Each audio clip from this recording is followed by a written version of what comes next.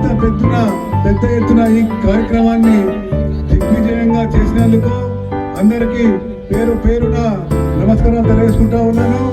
అలాగే ఈరోజు హరీష్ రావు గారు కూడా ఈ కార్యక్రమానికి రావాల్సి ఉండే, ఇంతకుముందే మాకు ఫోన్ రావడం జరిగింది. ఆయన పవర్ ప్రజెంటేషన్ కార్యక్రమంలో ఉండడం, దాంతో పాటు కేసీఆర్ గారి పిలుపు రావడంతో వెళ్ళినారట. గత 2 నుంచి 3 రోజులలో మీ ఇంటికి లంచ్కి వస్తా అని చెప్పేసి ఇప్పుడే ఇన్ఫార్మ్ చేయడం జరిగింది. ఖచ్చితంగా హరీష్ రావు గారు మన ఇంటికి లంచ్కి వస్తాను, ఏమనుకోవద్దని చెప్పేసి ఇప్పుడే ఫోన్ చేయడం జరిగింది.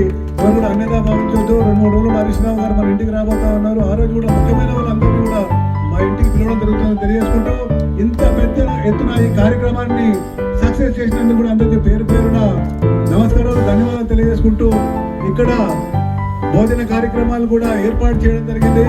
కొద్దిగా క్రమశిక్షణగా అందరూ కూడా నిదానంగా భోజన కార్యక్రమాలు కూడా చేయవలసిందిగా మనస్ఫూర్తిగా కోరుకుంటా ఉన్నాను. అది ఎన్ఎన్జీ యువసేన సభ్యులందరికీ కూడా పేరు పేరున శిరస్సు వంచి పాదాభివందనం తెలియజేసుకుంటా ఉన్నాను.